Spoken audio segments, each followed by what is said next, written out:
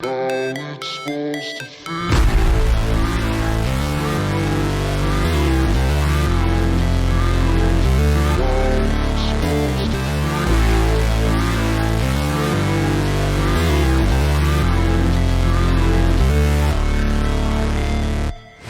Welcome to the Inner Feminine Beast podcast, where I'm teaching you how to be the highest version of yourself that has the power, strength, courage, and clarity to claim the life you desire and have it emerge through here in the physical.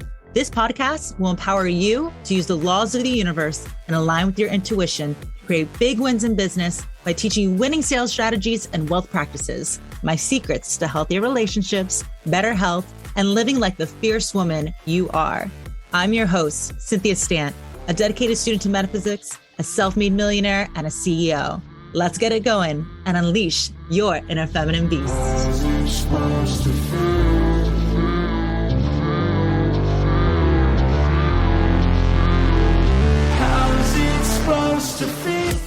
Hello, my successful souls. You know what today is, right? It's another Inner Feminine Beast interview. And I'm really excited. We were just chatting behind the scenes a little bit. And I can already tell this girl is going to bring some fire. She's super fun. And we already agreed that we both have potty mouths. So in case you have kids around today, make sure you're knowing. We'll do our best, but just in case. Everybody, I'd love for you to meet Dr. Elizabeth Rodgers. Now, Dr. Elizabeth Rodgers is a Harvard-trained, epidemiologist. I practiced so many times too, but I just nailed it, she said, and a chronic health expert. As a researcher, she studied the causes of health issues. After spending over 15 years in the Western healthcare system, she became disappointed in how often it fails patients. Now, in her private practice, Dr. Rodgers works one-on-one with her clients who are tired of being told they can only manage symptoms and not the causes of their issues, in order to create a roadmap so they can finally look and feel their best at any age. Amazing. Welcome to the show, Dr. Elizabeth Rodgers. Thank you so much, my friend. I'm so honored to be here and connecting with you today.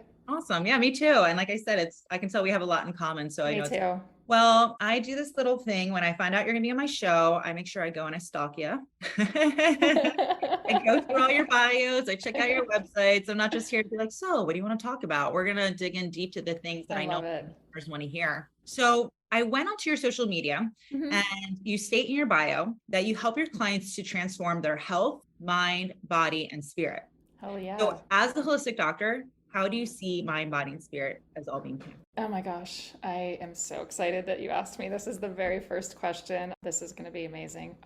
This conversation is going to rock. So, you know how it seems like everyone today is living with at least one health issue, but doctors are more interested in managing symptoms than actually healing the problem. So what I do as a chronic health expert in my private practice is help women identify the root causes of their health issues and create that roadmap to heal, like you mentioned, so that they can look and feel their best at any age, because no matter what age you are, you deserve to look and feel your best. And to me, what mind, body, spirit means, I'm so grateful you asked this, because it's an area where I think that a lot of holistic health practitioners are missing the mark. So, in mainstream medicine, we have practitioners who are trained to diagnose, but they are not trained to heal. That's just a simple fact. And getting a diagnosis and being healed are two very different things. But then we've got the realm of alternative practitioners, naturopaths, holistic health doctors, health coaches. There's a pretty wide range on that spectrum of holistic health whenever people leave that, all that mainstream ring to look for other solutions. A lot of those practitioners are trained in some way to start to identify or get you closer to the root causes. But the problem is that most of them are only focusing on the physical aspect of our health and well-being. And the thing is that healing and health quite literally is a scientific equation.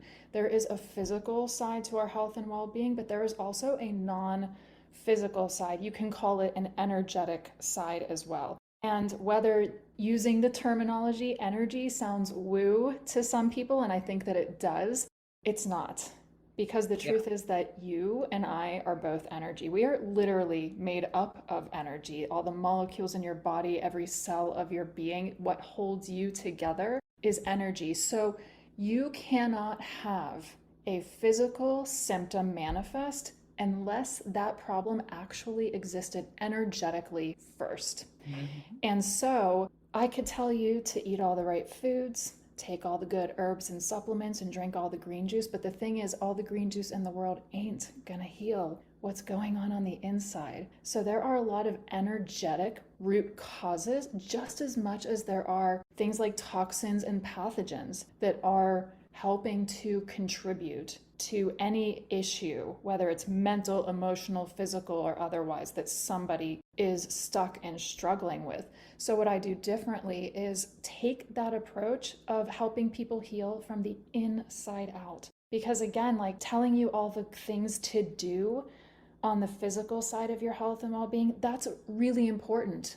It's absolutely necessary. However, if I'm not going to look at what's going on internally in you and address those things, then the changes you make on the outside at that physical level aren't necessarily going to last. They're not necessarily going to create optimal health and well-being in a way that's sustainable for you. And they're not necessarily going to create change that you will be able to maintain either, because even making healthy changes starts with the inner work. And I think that that's where a lot of practitioners are just not addressing that. So what I do is integrate both mind, body, and spirit, because once you start to make changes on the inside, right? Because think about it this way, like Einstein said, you can't solve a problem at the level at which it was created, right? So if you have a physical health issue, and let's just use weight as like a very literal and simple example everyone in the world can relate to, you can start changing what you're doing, right? You can start eating differently, you can start exercising, you can start moving your body, but the person that got you into the place that you're in, whether you're dealing with unwanted weight gain or you're dealing with any other symptom, is also probably not the person that's going to get you where you want to go. So the truth is, you really do have to turn inward. You have to look at who you've been being and all the ways you've been being. And sometimes that means starting to uncover things like, trauma that maybe you even forgot about. Maybe it's a relationship issue. We also just create our reality with our thoughts. So if you've been in the habit of even just telling yourself that you can't heal, that you can't do this, that you are not enough, that you aren't worthy of it all, that stuff, your stories, they have to change. So that's what I do when I talk about mind, body, spirit. It really is quite literally that, because you're changing who you are from the inside out just as much as you're changing what you're doing on the outside too. I just love this because this is the first time we're connecting, but my listeners hear me say this in different ways, but you said it so gracefully, so just like beautifully, but I hope people are listening. Like we're on the same page. Yeah. So everything is energy. I agree. Obviously you have to, it's law. And we're energetic bodies before we're physical bodies. And 100% you're right. If you are not paying attention to your energy, it's going to come into your physical. Yep. In fact, I like to say that there's this little saying, feather, brick, bus. Like if you don't pay attention to like the feathers, like the little tickle, what happens is you then experience the brick, which is a lot heavier and painful, but it's nothing like the bus. First actually comes your energy. But even like, what it's like when oncoming cold comes, it starts like itchy throat, little feather, and then it comes in the sucks, and then it comes in, I can't get out of bed. That's how your energy that way too. And what happens is because we're energetic beings, we have to make sure we're having the energy move to and through us. It has to be flowing. It's an energetic system, right? Yes. Some people are like, oh, I learned about chakras, so I'm focusing on my throat. I'm focusing on my sacral. No, you have to work on all of them and have them moving because it's like gears. Exactly. And it needs to there has to be a balance between all of them. Yeah. And if we have, like you said, emotional trauma, what happens is we're taught not to have feelings about our feelings. A lot of times, we shouldn't be experiencing these things. And so we feel ashamed to have them, or we have grief or whatever it is. And we just pile it, we sweep it underneath the rug. Absolutely. And just before we even got to this interview today, I knew I had this intuitive feeling. I thought this is my woman. We are like, you're my people. But don't you agree too, as women business owners and women entrepreneurs, especially in a world that really, I think, is now shifting very much to get it more of a balance, but was before really dominated by masculine energy. I think that we have this tendency to try to be like, we can do it all, and not deal with the energetic stuff, and then it can get stuck because we think we're supposed to portray this image that we can do it all, that we can do it all on our own, that we're independent women, that we don't need support, that we can just put ourselves and our health and well-being on the back burner and put everything else on the plate on top of that. But like you said, it's not serving ourselves. And to be honest, to be able to serve whatever you do in your business, to be able to serve those people to the best of your ability, you have to serve yourself first. Yeah, absolutely. You go first and everything else responds. Hell yeah, exactly. Yeah, no, it's funny because so my brand, the name of the show is Inner Feminine Beast. And for me, it's not necessarily like balance, it's harmony. It's not being perfectly feminine, perfectly masculine, but understanding when you can show up this way, when you need to show up, and they work together. And so I'm right with you. So it's funny, but you're doing it from a health perspective. I do it from kind of like getting shit done perspective. Yeah. Basically, women come to me who want to, manifest success, but they're very much into thinking, hoping, praying, and that's great. I do that too. Yeah. But you also have to take massively aligned action in the physical. So there's a lot of women who know how to take action in the physical, but they're not understanding the inside work like you're talking about through healing. Yeah. It's also, you have to be in alignment in your mindset and your energy and in your spirit. So it's beautiful how, even though we do different things and perhaps help in different ways, we understand the core principles and foundations that govern every fucking thing we do. Exactly. So yeah.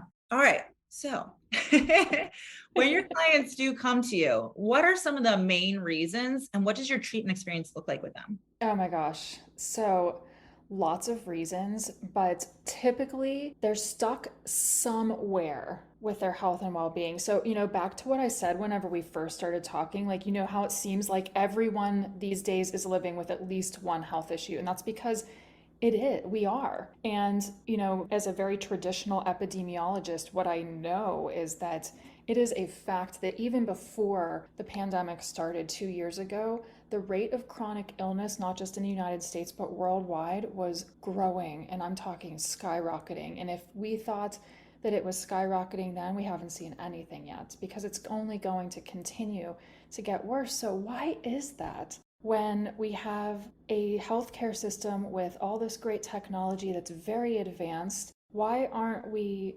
healing? Why are we just standing still and managing our symptoms? So typically, the people that come to work with me are people who are stuck on what I call the vicious hamster wheel of bouncing from doctor to doctor, or even practitioner to practitioner outside of the mainstream system, because they're stuck in that vicious cycle of feeling unwell and they just don't know how to get out of it. So they're being treated like broken puzzle pieces, right? Because that's what most practitioners do, is come at you with a narrow, siloed perspective. And there's nothing wrong with that, right? But the women that come to work with me, they believe that their health and well-being are essential to their growth, evolution, and success. Really? The truth is that it is, right? Our health and well-being is the foundation of everything we do. They tend to be very high achievers. A lot of them are aspiring entrepreneurs or are entrepreneurs themselves. And they're often pretty intuitive and spiritual. But they're definitely people who are open-minded and self-reflectors, right? Because they know that coming to work with me is not just about healing, it's about transformation. So if you're coming to work with me, I'm not just going to give you a bunch of recipes and tell you to go have a good time and we'll talk next week. We're going to do the work. And I'm also going to hold you accountable. So there are people who are ready to take responsibility for their health and well-being, but they just don't know how to get from where they are now to where they actually want to be, just because we don't have a wide or large group of people who are practitioners like me who are trained to do what I do. So they're going to people looking for this solution to feel optimally healthy and well, but they're getting little pieces of the puzzle. They're getting little bits and like little breadcrumbs, and they're following the breadcrumbs, but ultimately they know something's missing. And typically that tends to be a lot of the inner work stuff. People come to me and they think, okay, Dr. Rodgers is going to tell me what my root causes are, which I'm going to, and give me a plan to help me heal, which I'm going to. But they don't necessarily realize until we're in, that discovery call before we get started working together, that a lot of that stuff, a lot of those root causes are their blind spots, because we all have blind spots, and in different ways we're all standing in our own way. And I get it, because I've been there too. So 16 years ago, and actually we're 4 days ago was the anniversary of when it's happened, but 16 years ago, I had my own near-death experience, and I was left bleeding internally after a surgery in the hospital, and I wasn't told about it. I went into septic shock, and against all of the odds, I survived. I mean, I actually said goodbye to my family because I was told Wow. it's a 1 in a million shot that you're going to come out of this surgery alive, but somehow, some way I did. And I know it was through divine intervention, and I know it was because I was meant to stay here to do this work, to Yeah. help women take their power back from a system that we have been trained to be so dependent and reliant on, when what we should be trained to do and what we should know how to do is be empowered and know that nobody but us has the power to heal ourselves other than ourselves, but we should be able to rely on the mainstream system and its doctors to help us and support us in sustaining our optimal health and well-being, in achieving our own goals for our health. So I've seen so much transformation in my practice, and it's cool because usually, and I try not never to have expectations, but like, let's face it, we all do, right? So whatever my expectations are that I try to paint for a client coming in at ground zero and saying, here's what's possible for you. And the truth is that if you do the work, truly do the work and commit to it, anything is possible. Anything. And the reason I know that is because I've witnessed it.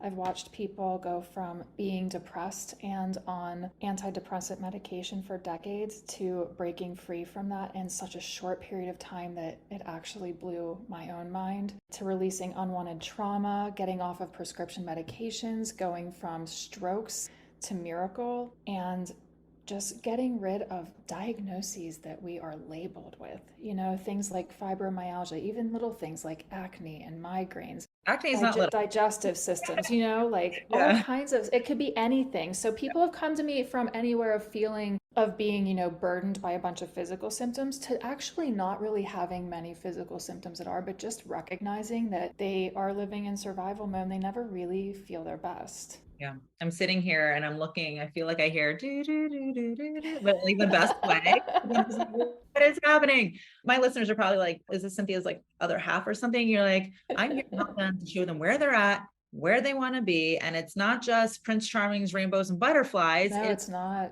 Self-discipline. It's about self-integrity. And why do you really help your people is through accountability. Yes. That's why you hire somebody. Exactly. If you do it by yourself, you would have done it by now, right? So that's what it's for. So I just think that's amazing. Sharing your story. Wow. Once you go, that's just a little part of it. Yeah. But do you know what's interesting? Now, obviously having near-death experience is much different than what I'm going to share, but it's so interesting. The reason I have my company, the reason we have this podcast, the reason that we have Inner Feminine Beast is because 4 days ago was the second anniversary of when I was fired from, and that's my big story. And we have the same anniversary for 4 days ago. Yours is 16, but holy shit. Yeah, but it was the same day that I was fired, and I cried my eyes out, felt blindsided the next day. My big lesson, and this is a lesson that I teach other women, that nothing, no one, no job, no coach, no program, no system, money, nothing outside of you and no one outside of you is going to be the source of your success, your happiness. Absolutely. And so that is my mission, but it had me, that was my bus. I heard you need to start your own thing. And I was like, no, but this is safer. Oh, but you're going up the ladder. Here came my brick, and it got hard and it was getting very stressful at work. But then the bus came and I decided pain pushes until vision pulls. And this is where we're supposed to be now. We both went through some, serious shit to help us to get to where we're at now and how we're fully serving. Pretty cool. Pain pushes until vision pulls. I love that quote. I'm gonna keep that close to my heart. I love the way you said that. Dr. Michael Bernard Beckwith. Ugh, I love him. Me too.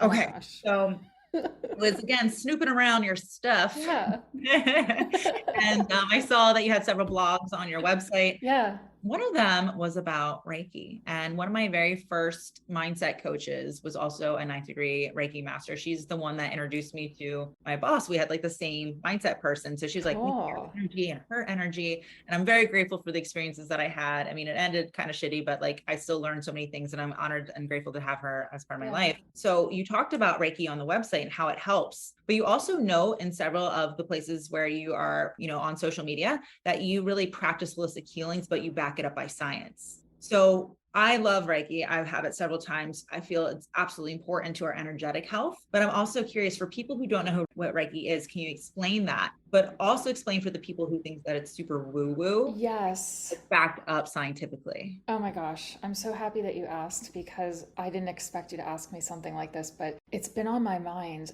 for a couple of reasons because I've heard some crazy shit about Reiki lately. So we'll bust that with science and Okay. I'll tell you all what I've heard. So Reiki, the way I describe it is Reiki actually quite literally translates to universal source energy. And so what that means is that a Reiki practitioner is not using their quote unquote their own healing energy to heal you, right? Like we've both been saying, nobody has that power but you.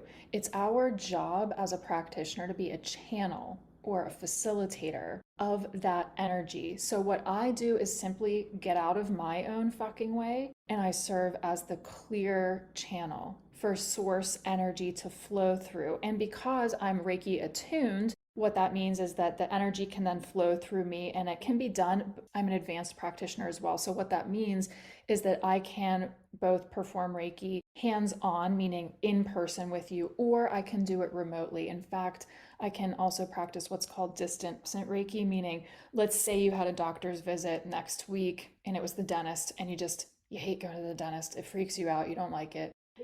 You get bad vibes. I do too. God, it's the one. I hate the scratching of the teeth. They always It's want like to nails charge on you a more. chalkboard. They always want to charge you more when you're laid back with cotton balls. And Yes. like, now is the time we're discussing this. I know. What did you say?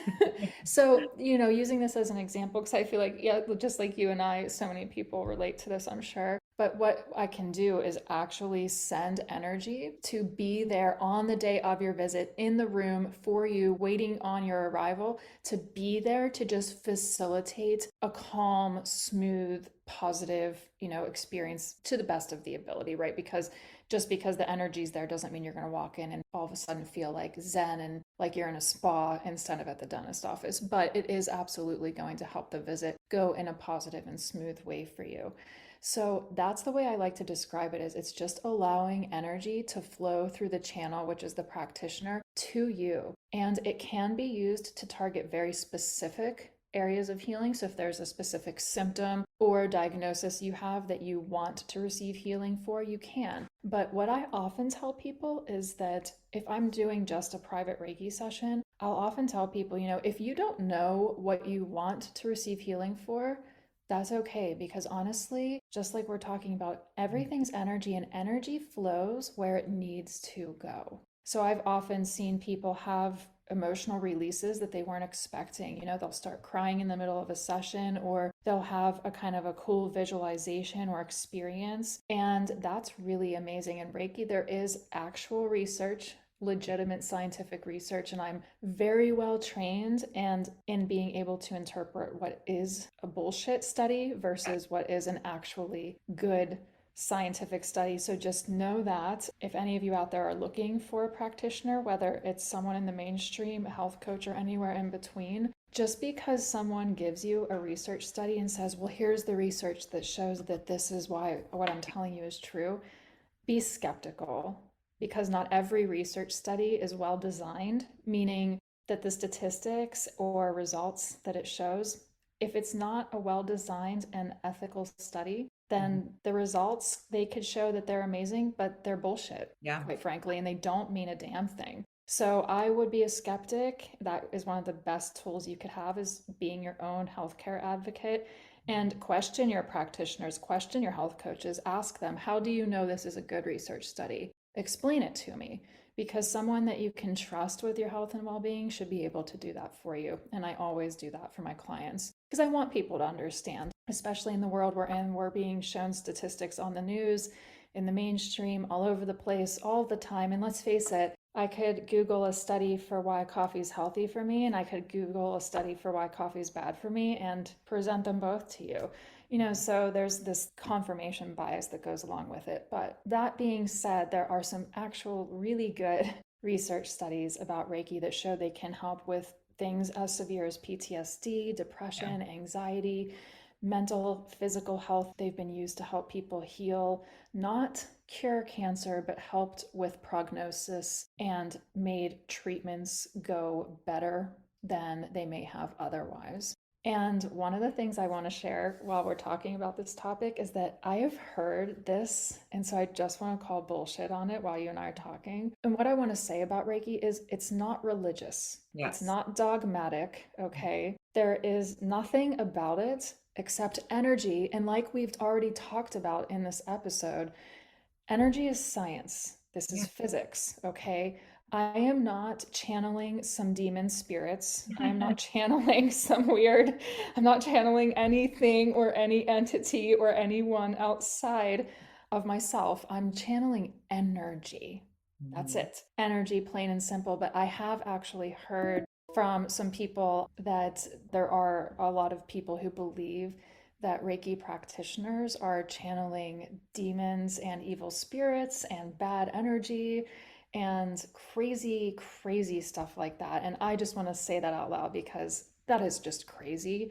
And all that we're doing as Reiki practitioners is channeling energy. So to me, given what I do in my practice, I'm actually often also a medical intuitive. So if I'm in a session with my client and we're talking or working through something that's come up for them and I can facilitate a release of something. So for example, I had a client once who she had, I feel like so many women, my intuition tells me so many women listening are going to relate to this. She was in her 60s, early 60s, and she had been put on an antidepressant for postpartum when she was in her early 20s. Wow. And 40 years later, no doctor had ever bothered to talk to her about coming off of that medication and whether it was still even appropriate for her. So she actually came to me, one of her goals being, she was like, I still feel depressed all the time. I feel like there's this heavy energy around me all the time. I don't want to be on this medication, but every doctor tells me that it's unsafe for me to even consider coming off of it. So I'm afraid. And like, see, talking about energy, I mean, like, do you see what we can allow other people to do to You're us? segueing into my next question, but Yeah, well then go for it. before we jump in there, what you said is so important for me. Like, it's not about statistics, it's about results. And Yes. at the same time, from a business standpoint, okay, because this is how it works, and this is what I teach my clients. Yeah. But it's understanding that you wouldn't just go to anybody. This is a silly joke, but I'm going to compare it.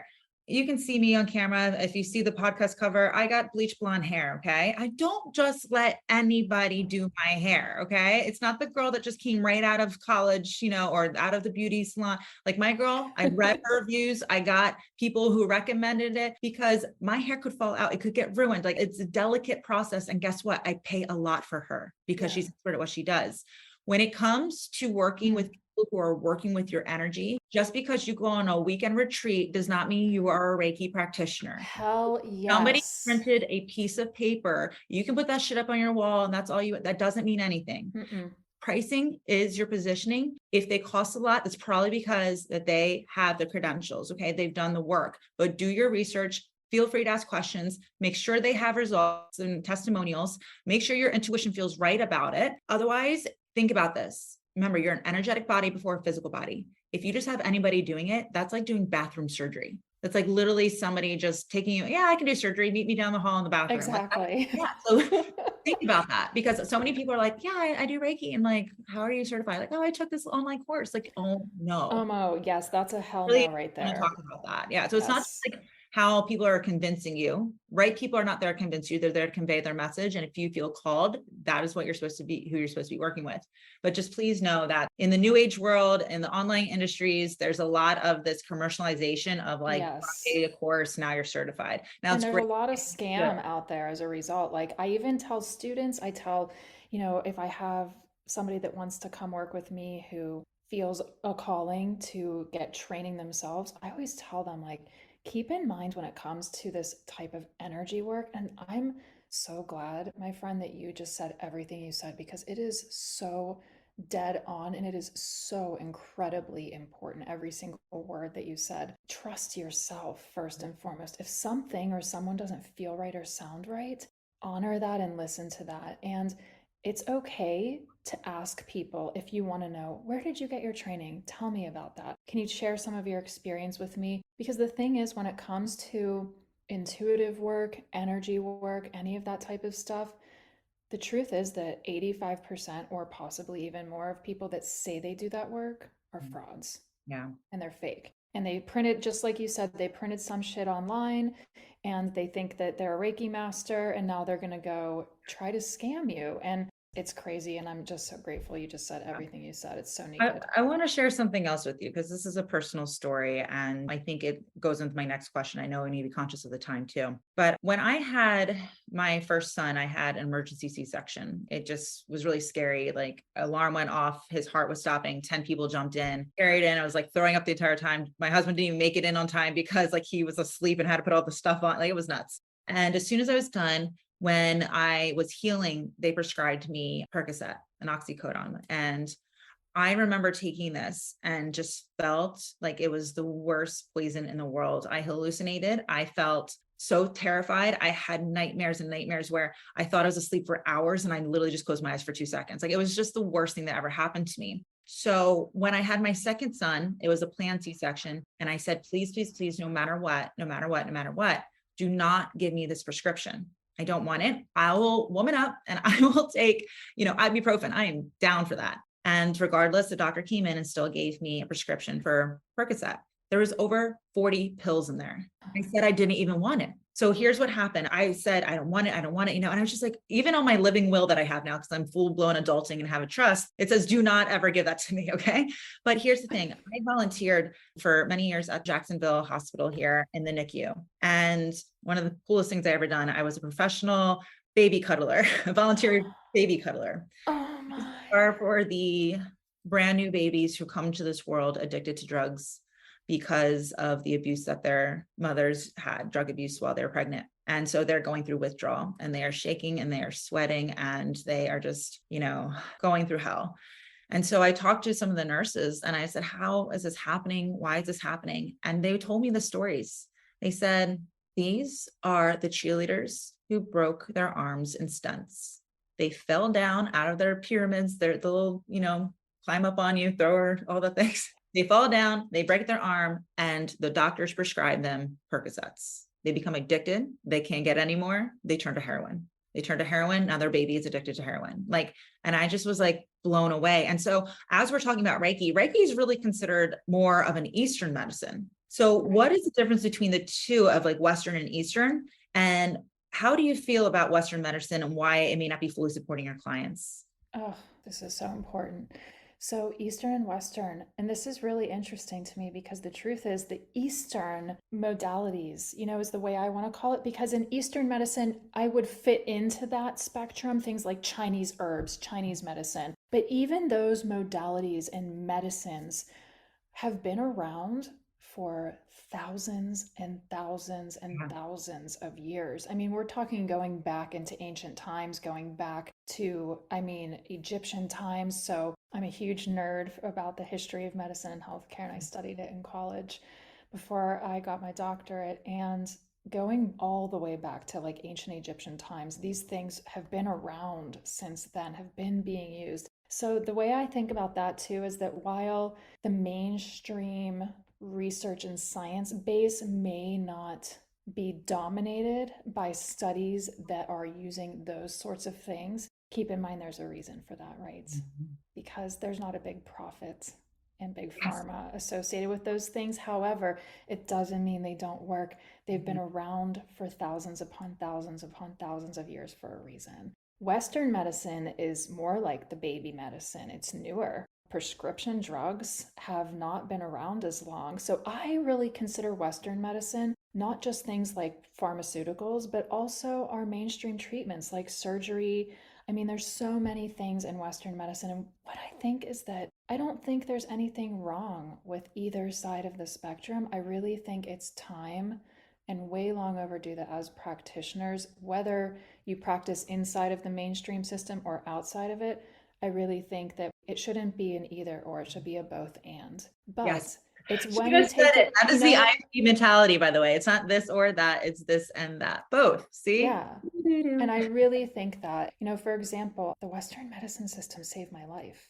Yeah, of What course. you went through with your childbirth, I mean, you and I could not have gotten through the things we have gotten through without the Western medicine system, Yeah. medical system. However, I don't think we should be like dependent on it, and what happens with, the women who gave birth to those poor babies that you were doing such an amazing thing to take care of in the hospital. It's like a blessing and then a curse. It's interesting because this may be my conspiracy theory, but it's my personal view on it. But absolutely, we say that all the time. There's a lot of women who went at home births, and I get it, like, oh, sister, but like, I'm so grateful I didn't do that because my baby was saved, But at the same time, when I wanted to have my second baby, I really wanted to have like a VBAC, which stands for vaginal birth after cesarean. Maybe Yeah. crazy, but I really just felt like there was like a rite of passage to that. Like I wanted to experience a natural birth. And right up to the day before, that was the plan. And then they were like, oh no, I forgot. Like you have to actually have cesarean because that's the rule. Like you have to have, I'm like, that's not true. I've done so much, so why would they want me to have a cesarean? Because it's a surgery that costs a lot more money. Exactly. That's like, and I'm just like, and then now it's like, that thing helped me, but now it's against. So it's like, it's a very interesting thing, but this was definitely an eye-opening conversation. I think it's really important for people to explore their energy, understand that you are an energetic body. There are so many different modalities out there and different avenues. Ask questions. Trust your intuition and look for the best. Like, you know what I mean? Just remember that there are cures to things that people may not think is possible. And yes, there are. Nothing's created, nothing's destroyed. Everything already exists. There's an answer for you. So I'm so grateful that you're here. And I would love yeah, of course. I'd love for you to share with everybody, what is the best place for people to follow you and learn more about working with you? The best place to get started getting connected with my work would actually be to go to SherlockHolmesofHealth.com. I have an amazing resource there that is a great place to get started, and that will get you connected with me and my work more deeply. And I would be honored for you to check it out. Awesome. And then I will make sure that our team puts that in the description here. And then also too, I'm just going to put it out there. It's on the recording, but I found out your family lives in St. Augustine. So if you're out and about, let us know if you're coming to the in-person event. We'll advertise to everybody so you can come meet Dr. Elizabeth in person too. So that'd be really cool. I would be honored. So let's stay in touch because I definitely want to come. And to our listeners, thanks for being here. Until next time, acknowledge it, embrace it, see it through.